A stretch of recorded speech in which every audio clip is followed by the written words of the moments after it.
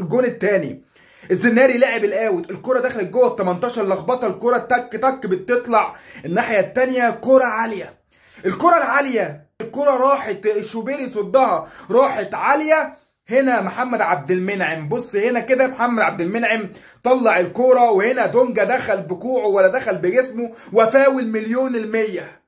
الكرة دي فاول مليون المية لمحمد عبد المنعم، ولكن الكرة جون. قلنا ممكن الفار يرجع ولا حاجة، ولكن الفار شاهد ما شافش حاجة لحد رجع ابراهيم نور الدين. وهنا الكرة غلطة من الفار، يمكن الفار يرجعه ويعمل اللي عليك ونور الدين يتحمل القرار وقتها بقى يقول جون ولا مش جون، فاول ولا مش فاول. ولكن من اللي انا شايفه انا قدام عيني وقدام عينكم، ممكن نتفق او نختلف بقى مع بعضينا، ممكن الكرة تعدي ما تعديش، ولكن انا شايفها فاول على دونجا مليون المية. هنا منعم لمس الكرة الاول وطلعها، ودونجا بص داخل بجسمه بيضرب على طول. فهنا الجون الثاني فاول للنادي الاهلي.